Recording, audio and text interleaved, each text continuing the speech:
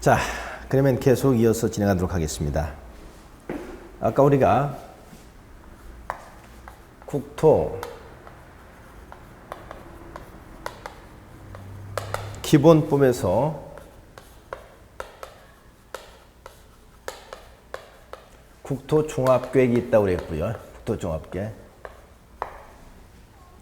이 국토 기본법 밑에 나오는 계획이 이제 두 번째. 국토계획 및 이용에 관한 법률이라고 그랬습니다. 국토계획 및 이용하는 법률에서 계획이 다음과 같은 계획이 나오게 되죠.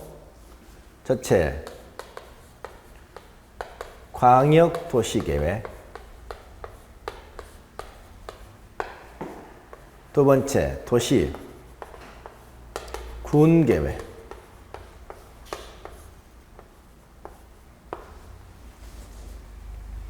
도시군계획은 다시 또 둘로 나눠지죠. 첫째, 도시군 기본계획.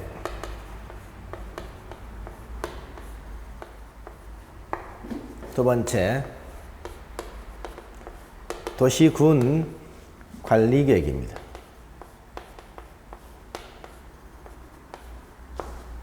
그리고 이 도시군 관리계획 속에 뭐가 들어간다고요? 지구, 단위, 계획이 포함된다는 거죠.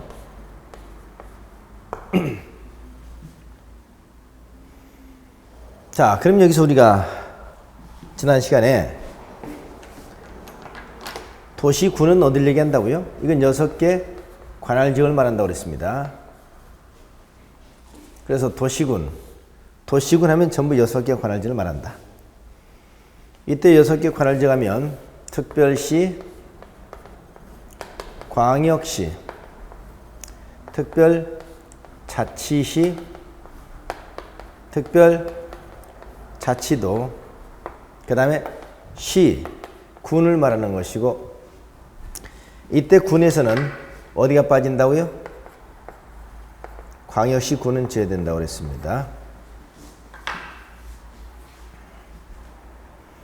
자, 그러면 도시군계획, 도시군 기본계획, 도시군 관리계획은 전부 다 6개 관할지역을 대상으로 수립하는 계획입니다.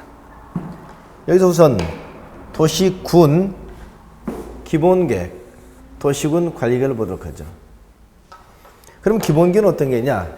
전부 6개 관할지역을 대상으로 수립하는 계획인데, 기본계획도 자, 이거 첫째 장기계획입니다.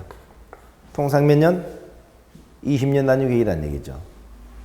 또 이거 역시 청사진입니다. 구체성이 없다는 얘기죠. 역시 비구속입니다.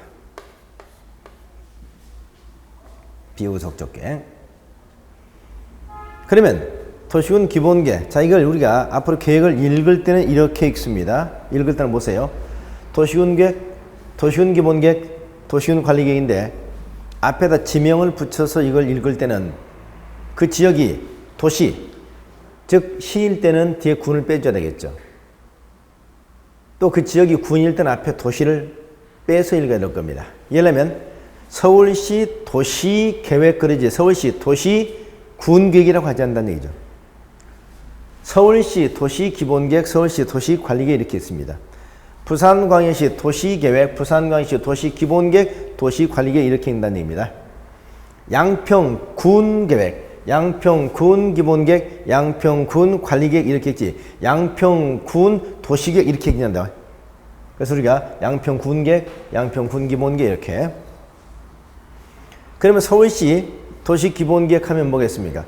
서울시 도시기본계획은 서울특별시라는 지역을 대상으로 누가 서울특별시장이 수립하는 20년짜리 장기 발전의 청사진이다 라고 보시면 되겠네. 앞으로 서울특별시를 어떤 도시로 어떻게 발전시켜 나갈 것인가? 서울특별시장이 20년 단위 수립하는 장기 발전의 청사진. 이게 서울특별시 도시 기본계획이다. 이렇게 기억하시면 되겠습니다. 자, 그러면 기본계획은 하나의 청사진에 불과하기 때문에 이 도시군 관리계획을 수립하는 뭐가 되냐? 지침이 될 뿐입니다. 지침. 그러면 이 도시군 기본계획에 따라서 도시군 관리계획을 수립하는데 관리계획은 뭐냐? 관리계획은 이건 누구야? 일단 중기계획입니다. 중기계획이 몇 년 단위? 10년 단위 계획이라는 얘기죠. 두 번째, 이건 구체적 계획입니다.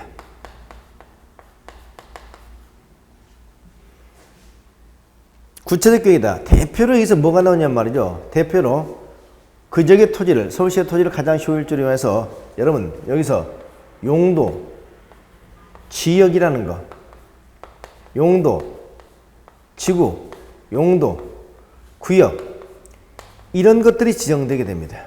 이런 것들이.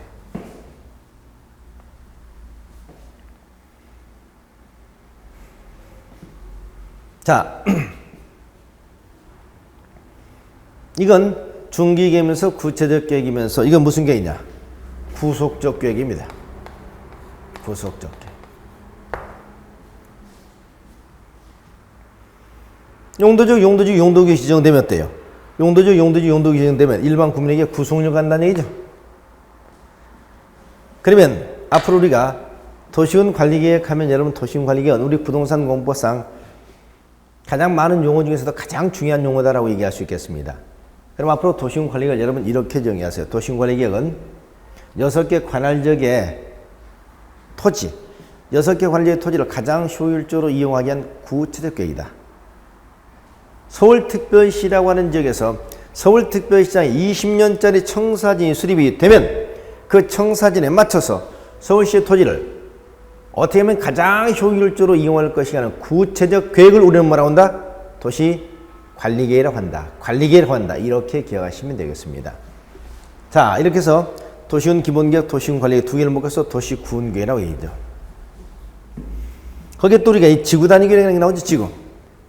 그럼 지구는 어디냐? 지구는 도시군 관리계획 일종입니다. 여기서 지구는 우리가 살고 있는 지구를 얘기하는 게 아니야. 지구를 떠나가라 할 때 그 지구가 아니라고요. 여기서 지구는 어떤 지구냐? 여기 도시군 계획 수립 대상 지역 일부를 말합니다. 도시군 계획 수립 대상 지역 6개 관할지역이죠. 그 6개 관할지역의 일부를 가리킨다는 얘기입니다.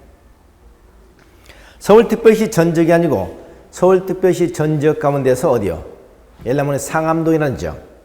신도시를 개발하면서 그 지역에서 수립하는 게 이 지구 단위 계획을 우리는 흔히 상세 계획이다 이렇게 표현해요. 상세 계획.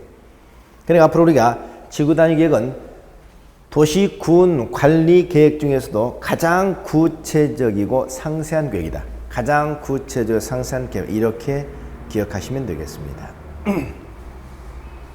자, 그래서 지구는 도시군 계획 수립 대상 지역의 일부를 말하는 것이고 지구 단위 계획도 도시군 관리 계획 일종이다. 그런데 도시군 관리 계획 중에서 가장 구체적이고 상세한 도시군 관리계획이다. 이렇게 기억하시면 된다는 얘기입니다.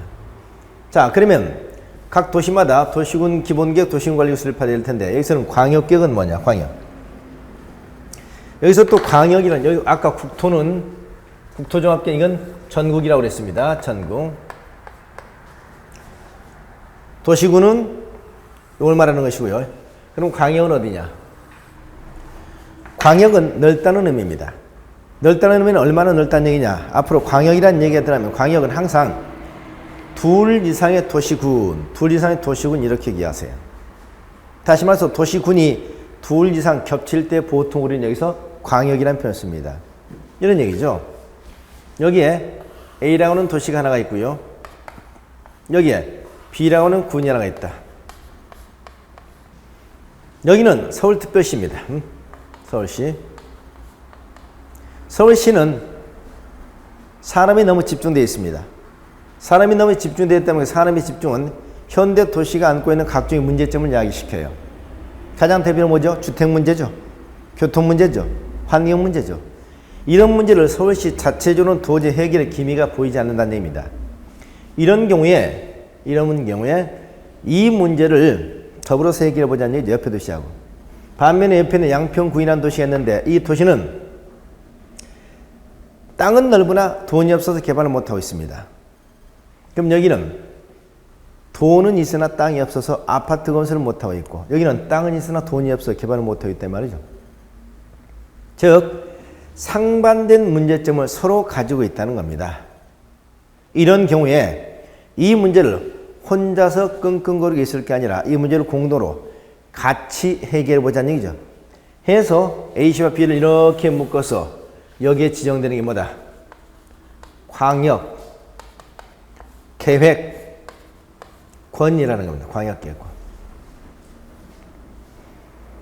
이렇게 광역 계획권이 지정되면 이 광역 계획권, A시와 B군을 묶어 지정된 광역 계획권의 장기 발전의 청사진, 광역 계획권의 장기 발전의 청사진이 되는 게 이걸 우리는 광역 도시라고 합니다. 그래서 광역 도시는 이건 대상이 어디다? 광역 시간입니다. 광역 계획권이고요. 이 광역 계획 수립하는 계획이고 이것도 어때요? 첫째 장기 계획입니다. 두 번째 이것도 청사진입니다. 이것도 비구석입니다. 비구석.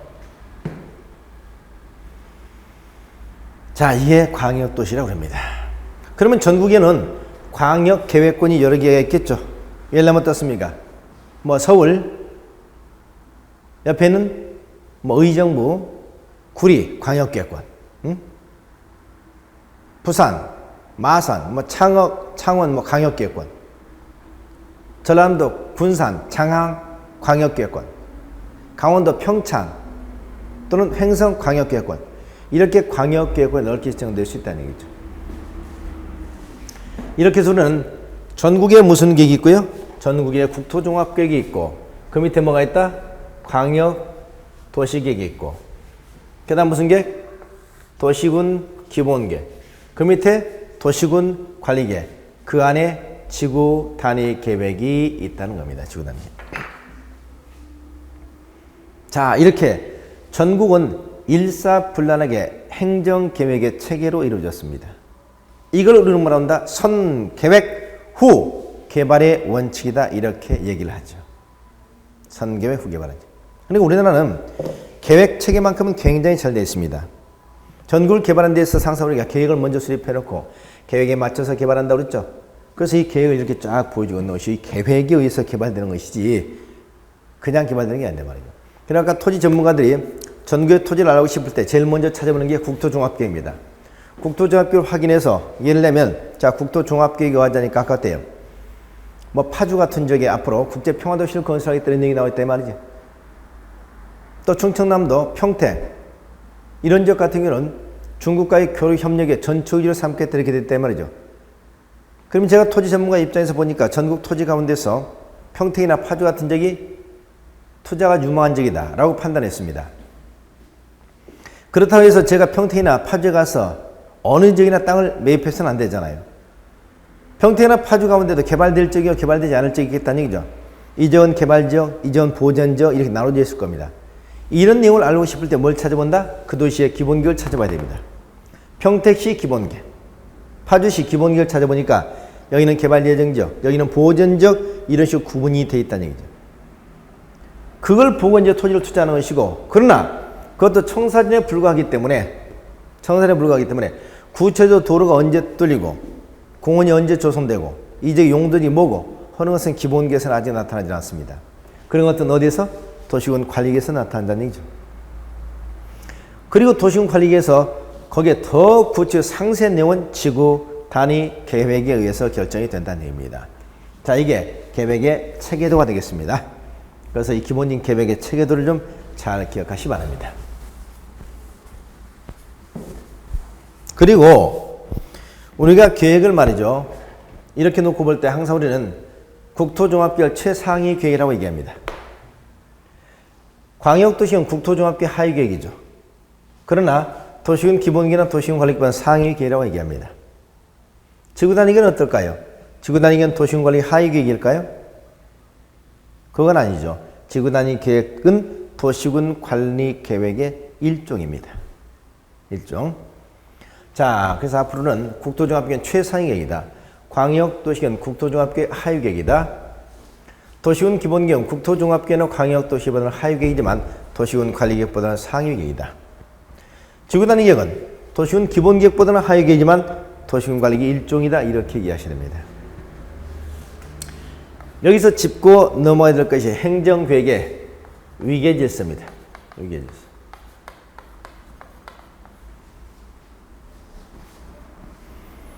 행정교육의 위계질서하기 때문에 앞으로 행정교육 상호는 상하 관계에 있다는 얘기죠. 다시 말해서 어떤 계획이 상위계획, 어떤 계획이 하위계획, 상위계획, 하위계획 이런 얘기가 나오면 그 행정계획 상하 계획 상호간에는 이런 원칙이 있습니다. 이런 원칙. 이 네 가지 공식을 잘 기억하시 바랍니다. 하나, 둘, 셋, 넷. 자, 무슨 말이냐? 첫째, 하위 계획은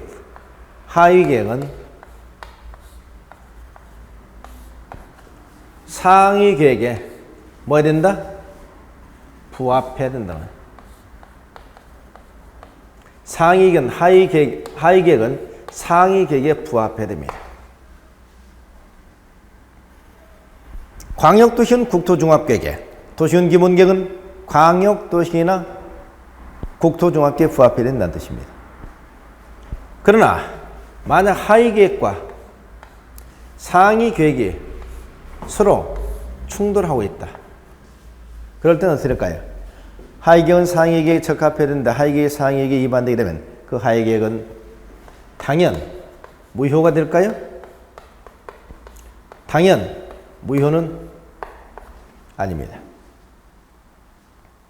당연 무효는 아니에요. 그러면 당연 무효는 아니면 어떤 얘기냐?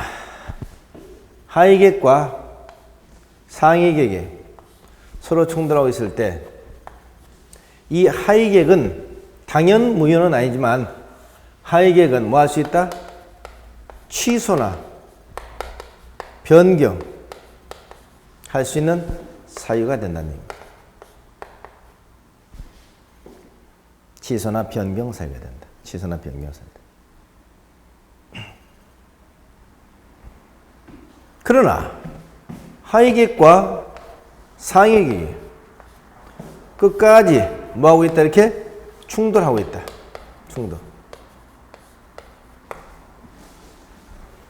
다시 말해서 하위 계획을 취소 변경을 했는데 취소 변경을 하기 전까지 서로 이렇게 충돌하고 있겠죠. 이런 경우는 당연하게 그때는 무슨 계획을? 상위 계획을 우선해서 적용하게 된다. 우선해서 적용해야 된다. 이걸 기억하셔야 됩니다. 자, 이게 행정계획의 위계 질서가 갖는 네 가지 의미입니다. 네 가지 의미.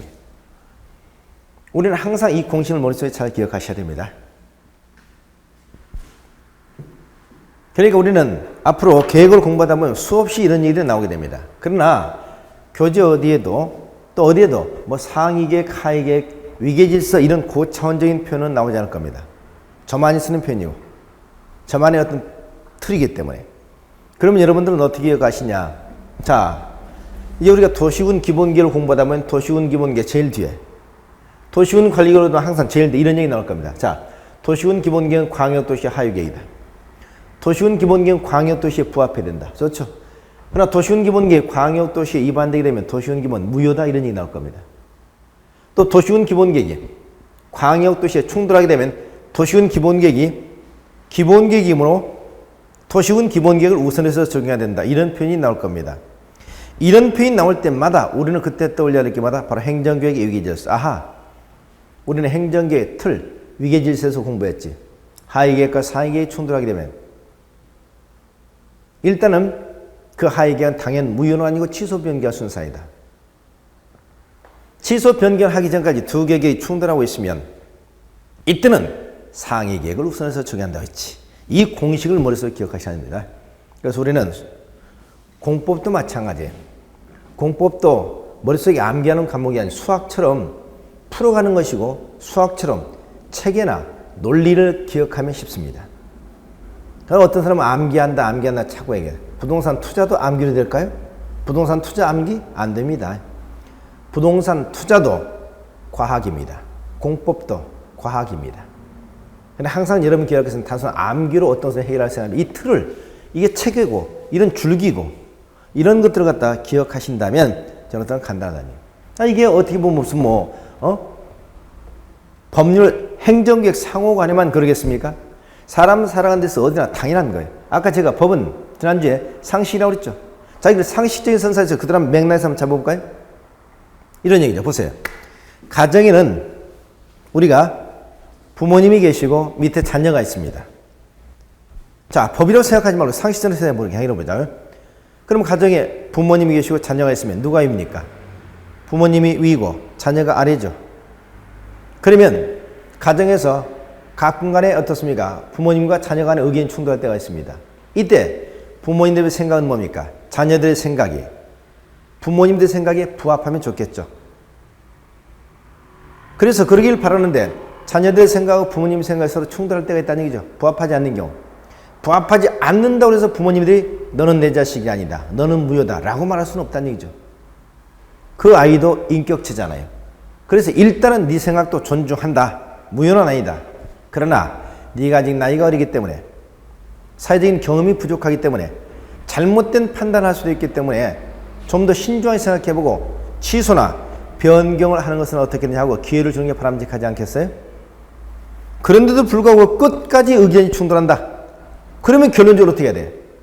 너는 집을 떠나가라 라고 하든가 아니면 너는 무조건 내 말을 따르라 하고 그때는 어떻습니까? 그때는 부모님 생각을 강요할 수밖에 없다는 얘기죠. 똑같은 논리죠. 응? 하위경은 상위에 부합해야 된다. 그러나 부합하지 않으면 당연히 무효라고 얘기할 수는 없다. 취소 변경에서 기회를 한번 준다. 그래도 끝까지 부딪히면 상위에 우선해서 주겠다. 이게 상식이고 이게 논리라는 겁니다. 자, 그래서 행정계 위계질서 갖는 의미 요거 여러분 잘 기억해 두시기 바랍니다. 자, 다음에는 행정계획의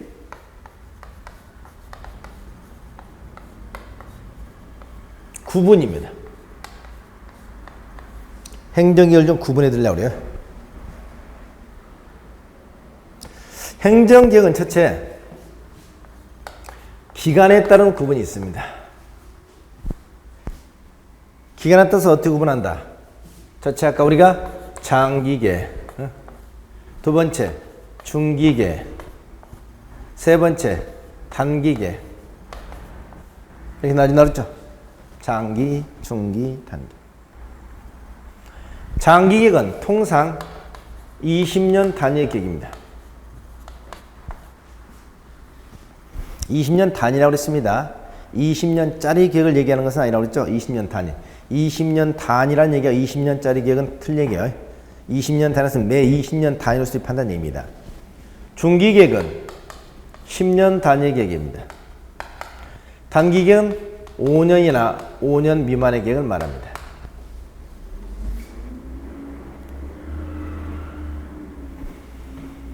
여기서 우리가 장기, 중기, 단기 이렇게 나눠주고 있습니다만은 그러나 유의할 점은 어디에도 명시적인 규정은 없습니다. 명시적인 규정은 없고 다만 통상 그렇게 수립하고 있다는 것이지 지금 법률에 20년 단위, 10년으로 못 박혀 있는 것은 아니란 뜻입니다. 유의하세요.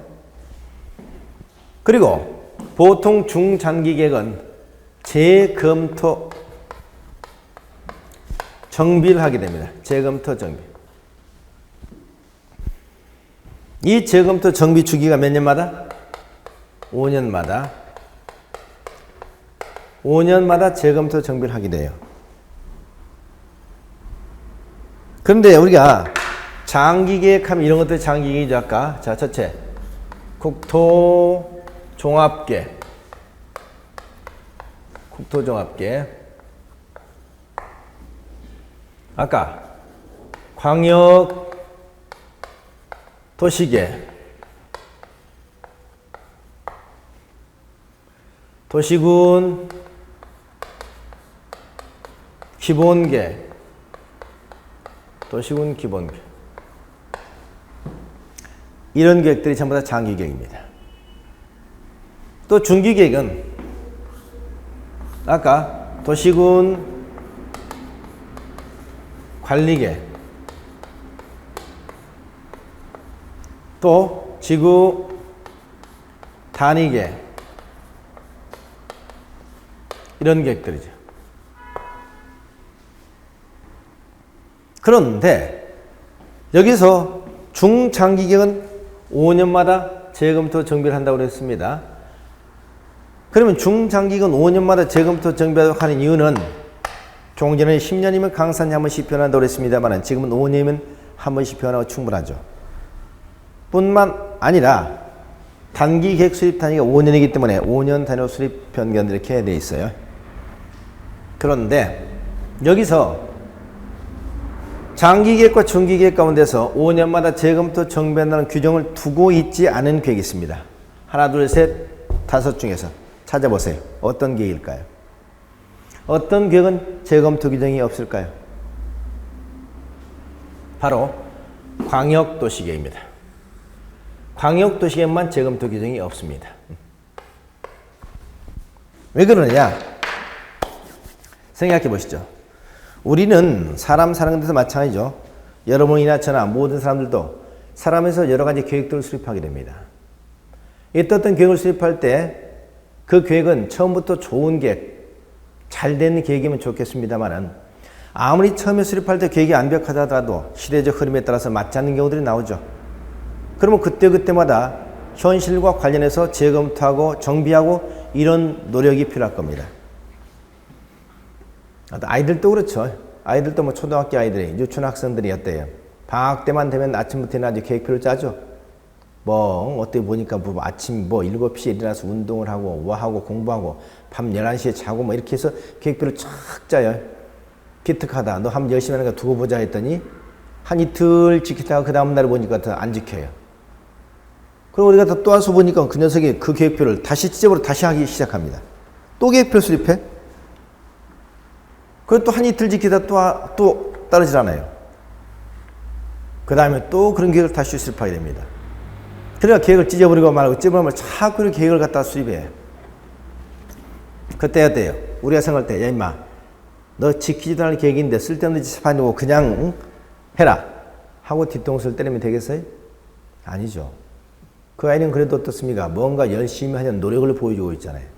비록 하루, 이틀밖에 지키지 못할 계획이지만 그 계획을 수립하고 또 아니다 싶으면 다시 수정하고 그러는 과정에서 어떻습니까? 하려는 노력 자체가 얼마나 가상하고 좋아 보이냐 말이에요. 적어도 계획이 없이 사는 사람은 훨씬 더 양호한 거죠. 기특하다. 너 하루가 됐든 이틀이 됐든 하려는 노력이 중요하다. 이렇게 칭찬해 줘야 될 겁니다. 우리도 마찬가지예요. 계획을 수립하고 계획을 변경하고 여러 가지 합니다. 그래서 중요한 것은 처음에 완벽한 계획을 수립하면 좋겠습니다만 완벽한 계획이 되지 못했을 땐 수시로 변경하면서 재검토하고 재검토하는 것이 중요합니다. 근데 말이죠. 그 계획이 나 혼자만에 관련된 계획일 때는 수시로 변경하는 게 좋아요. 나 혼자만에 관련된 계획일 때는 하루 12번을 변경해도 옆에 사람 누구도 피해도 없고 누구도 관심을 갖지 않는다는 겁니다. 네가 이렇게 살든 저렇게 살든 남들이 뭐가 황이겠습니까? 그런데 그 계획이 너와 나, 우리 같이 연결되어 있고 같이 관련되어진 계획일 때는 수시로 변경하게 되면 주변 사람들이 대단히 불편한다는 얘기입니다. 광역이 그렇죠. 도시군 기본계획은 한 도시만의 문제지만 광역도시계획은 2개 이상의 도시의 문제, 2 이상의 도시와 관련돼서 마련된 계획이기 때문에 수시로 계획을 변경하면 주변 도시들이 갈팡질팡하게 되고 헷갈리게 된다는 얘기죠. 그렇죠? 그래서 이런 경우들은 자꾸 변경하고 수정하고 하는 것보다는 문제가 있다더라도 서로 그것을 지켜주는 노력이 필요한 얘기입니다. 그렇죠? 부부간에 살면서도 마찬가지잖아요. 네 계획이 있고 내 계획이 있고 두 사람이 따로따로 계획이 있었는데 두 사람이 결합을 해가지고 가정을 이뤘습니다. 가정을 이룬 순간 이것도 하나의 광역계획권이 되는 거예요. 광역계획권. 그런데 그러면 이제 광역계획권이 되는 순간에 두 사람이 뜻을 모아서 가정의 공동 목표를 만들지 않습니까? 가정의 목표를 세우고 가정의 공동 계획을 수립했는데 이 남편한 작자가 하루에 12번씩 왔다 갔다 한다. 그럼 어때요? 그에 따라서 사는 부인이 뭐라고 생각하겠습니까? 아이고 이런 인간아 내가 너를 믿고 그럴 거 아니에요? 그러니까 나 혼자 있을 때 내 계획을 수시로 변경해도 상관이 없으면 너와 나 우리와 관련되어 있을 때는 가급적이면 서로 지켜주는 노력이 필요하다는 얘기입니다. 그런 의미에서 광역도시계획은 나만의 문제가 아니고 너와 나의 문제, 우리의 문제이다. 그래서 광역도시계획은 재검토, 정비, 규정이 존재하지 않는다. 이렇게 기억하시 바랍니다. 왜 안 된다고요? 나 혼자만의 문제 아니고 너와 나의 문제이기 때문에. 너와 나의 문제이기 때문에. 이렇게 기억하시면 되겠네요. 자, 이렇게 해서 행정계획을 기간에 따라서 한기계획, 중계획, 단계획 나눠봤습니다. 자, 이걸 좀 기억하시고요. 그 다음에 보다 중요한 것은 바로 이겁니다. 이제 구속력에 따른 분류입니다. 구속력.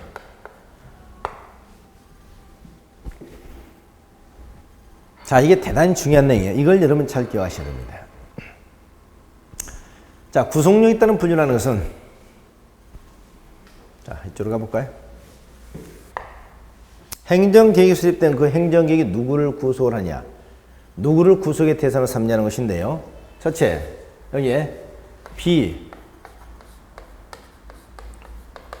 구속적 행정계획과 두 번째,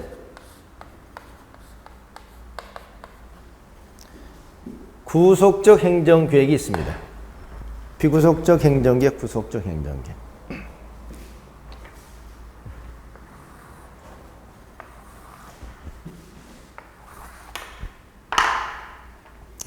자, 이건 첫째, 그 행정계획이 누구를 구속의 대상으로 삼냐는 겁니다. 비구속적 행정계획은 여기는 행정, 관청은 구속을 해요. 근데 일반 국민에 대해서는 구속력이 없다는 거예요.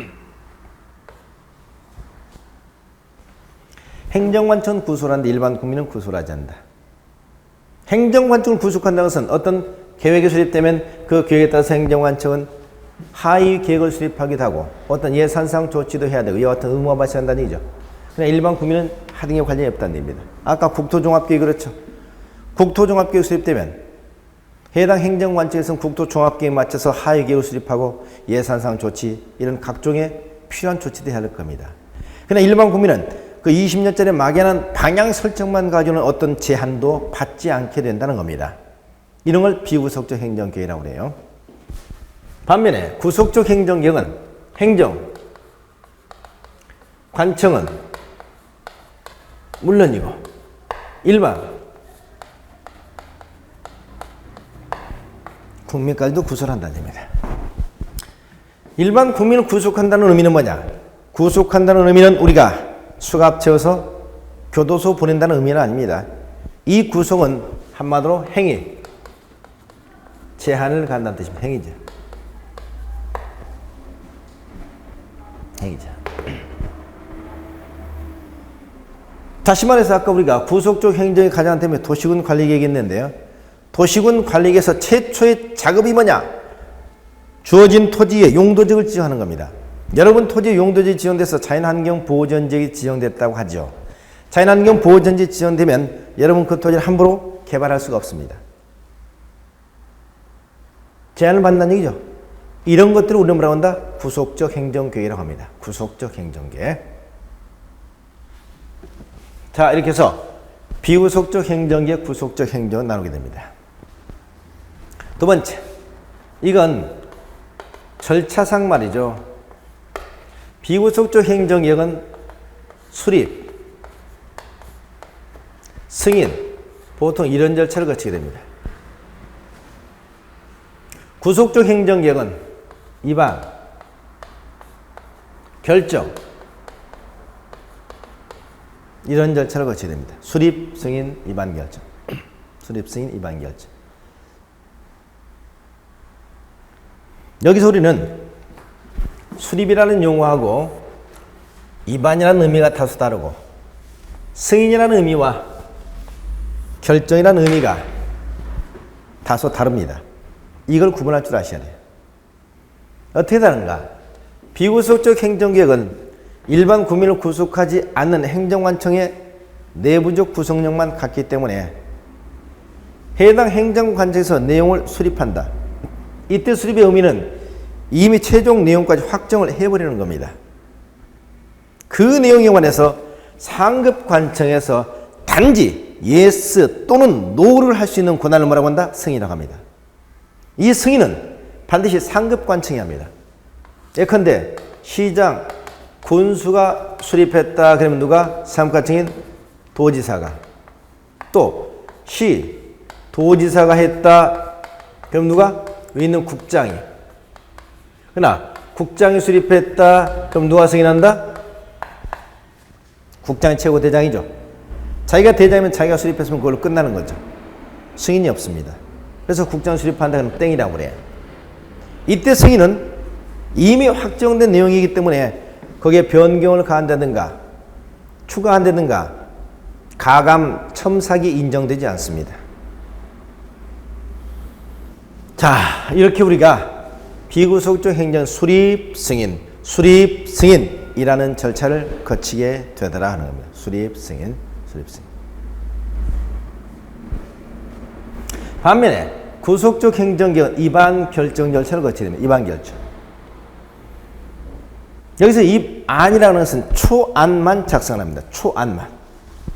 초안만 작성을 해서 그 내용에서 최종적으로 내용이 확정되는 것을 우리는 결정이라고 합니다. 이반 결정.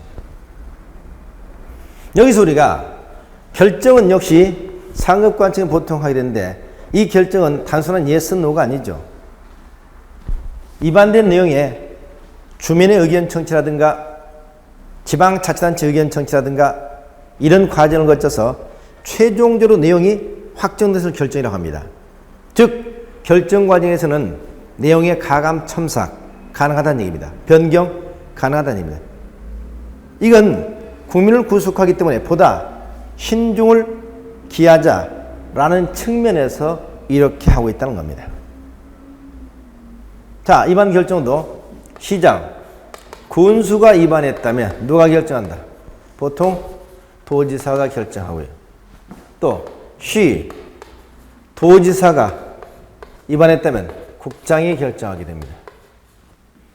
국장이 위반했다면 누가 결정할까요? 저희는 국장이 수립했으면 그냥 땡이라고 그랬죠. 왜? 이미 최종 확정이 된 것이기 때문에.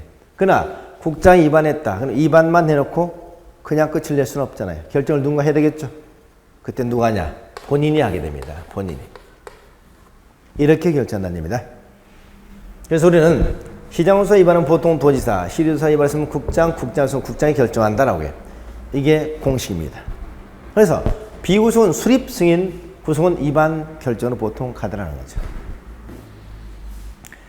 세 번째, 주민의 의견 청취입니다. 주민의 의견 청취.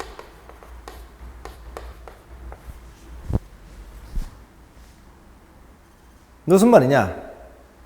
우리는 현대 행정을 가리켜서 열린 행정, 공개 행정이라는 표현을 씁니다.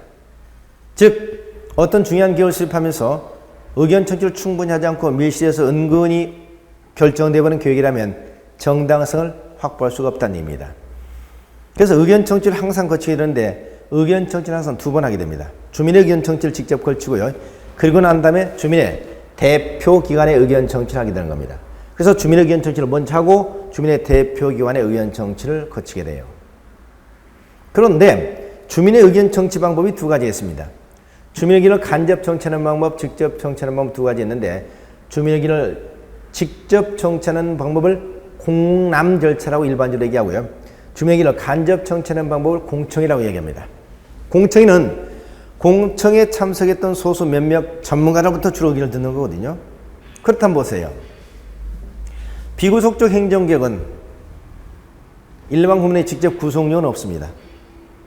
일반 국민의 직접 구속력이 없는 비구속적 행정개혁을 주민의 의견을 직접 청취할 필요가 있다 없다? 없다는 거죠. 그래서 보통 이걸 뭘 거친다?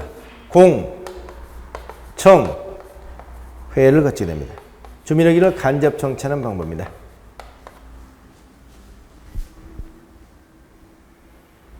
반면에 구속적 행정개혁은 주민의 의견을 직접 청취하게 됩니다. 공, 남 절차를 거치게 됩니다. 보다 신중을 기하자는 의미입니다. 자, 이렇게 해서 비구속은 공청회, 구속은 공람 절차를 통해서 주민의 의견을 청취하게 돼요.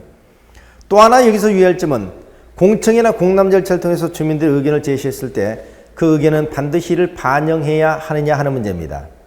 어때요? 반드시 이를 반영해야 될까요? 그건 아니겠죠.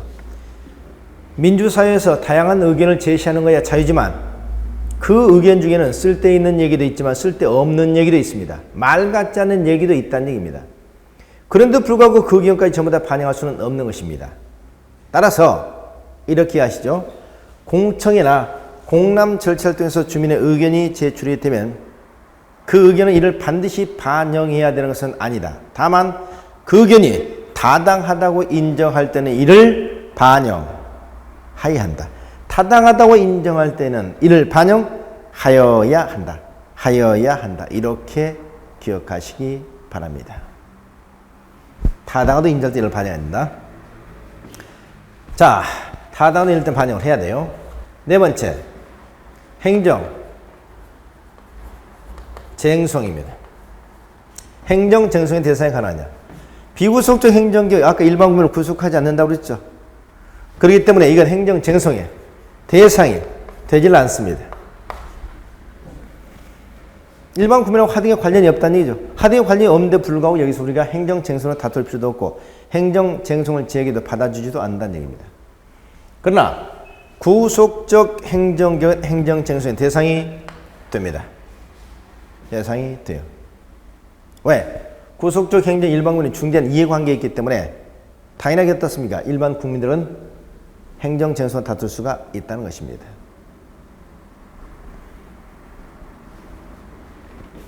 그 다음에 하나만 더 보면 이건 효력 발생에 관한 시기 규정이 없습니다. 비구속은 일반 국민을 구속하지 않기 때문에 언제부터 효력 발생한다는 시기를 둘 필요가 없는 거죠. 그러나 구속적 행정은 반드시 그걸 둬야 됩니다. 일반 국민을 구속하기 때문에. 여섯 번째, 열람기간. 이건 또 뭐냐? 이런 계획이 수립되고 나면 이런 계획이 수립됐다, 이런 계획이 확정된 주민에게 알려주기 위한 열람입니다. 이건 비구속은 기간을 오래 둘 필요는 없겠죠. 일반 국민을 구속하지 않기 때문에. 그래서 통상 30일 이상만 두어라 이렇게 하고 있습니다. 그러나 구속적 행정기획은 일반 국민이 그 내용이 궁금하면 언제든지 그 내용을 찾아봐야 되기 때문에 열람기간은 제한을 두지 않습니다. 열람기간에 제한이 없다고요. 자, 이렇게 비구속적 행정기획과 구속적 행정이 달라집니다. 그럼 마지막으로 종류만 여기서 보시면 되겠네요. 종류를 보시면 비구속적 행정기획은 여기서 종합이나 또는 광역이나 또는 기본이라는 얘기가 들어가면 전부 다 비구속입니다. 종합, 광역, 기본. 구속적 행정기획은 이게 들어가 있지만 도시군 관리계 대표로 이게 속합니다. 도시군 관리계.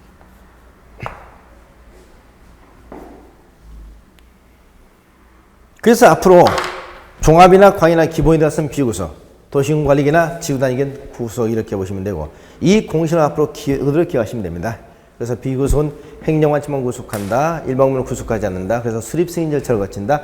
주민에게는 간접적인 공청회를 거친다. 행정정세에 되지 않는다. 일반 국민을 구속하지 않기 때문에 효력 발생의 시기에 관한 규정이 없다.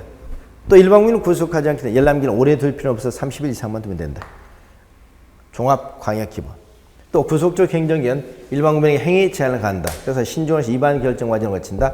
공람 절차를 통해서 주민에게 직접 청취한다. 행정 쟁송의 대상이 된다. 효력 발생 시기를 둔다. 제한기는 제한이 없다. 이렇게 이해하시면 되겠습니다. 앞으로 우리가 계획이 나올 때마다 비구속적 계획과 구속적 이 틀을 잘 기억하셔야 돼요. 이 틀을 기억하지 않고 있다면 여러분 공법을 공부할 때 계획이 나올 때마다 어떤 때는 위반이라고 했다가 어떤 때는 수립, 어떤 때는 승인, 어떤 때는 결정, 어떤 때는 공청회, 어떤 때는 공람. 이걸 전부 다 머릿속에 암기를 해서 머리가 아프죠. 아픈 정도 아니고 머리가 그렇죠? 그래서 공법은 어렵다는 얘기를 하게 되는 겁니다. 그동안 공부하셨던 분들은 이런 체계 없이 그냥 공부하셨다면 작년에도 굉장히 어렵고 공법은 암기할 게 많다 이런 얘기 했을 겁니다. 그러나 지금 제가 설명했던 이 틀을 기억하신다면 우리가 계획이 나올 때마다 간단하게 해결이 된다는 얘기입니다. 그래서 우리가 이런 틀을 알고 있냐 모르고 있냐, 이해를 하고 있냐 모르고 있냐, 이게 굉장히 중요한 거예요. 그래서 사실 그동안 공부하셨던 분들이 저하고 공부하지 않으셨다면 이런 틀들은 거의 없이 공부를 하셨을 겁니다. 그래서 굉장히 어렵게 느껴지겠지만 오늘 이 내용을 이렇게 정리를 딱 하게 앞으로 계획이 나올 때마다 간단하죠. 광역, 그 다음에 도시군 기본, 국토종합계획은 비구세니까 여기 흘러가는 것이고, 도시군관리계획은 여기 이 틀을 기억하시면 훨씬 더 간단해진다 하는 것을 기억하시기 바랍니다. 자, 이렇게 해서 우리가 지난 수부간부터 우리가 행정계획의 체계, 행정계획의 우리가 구분, 위계 질서까지 설명드렸습니다. 자, 잠시 쉬도록 하겠습니다.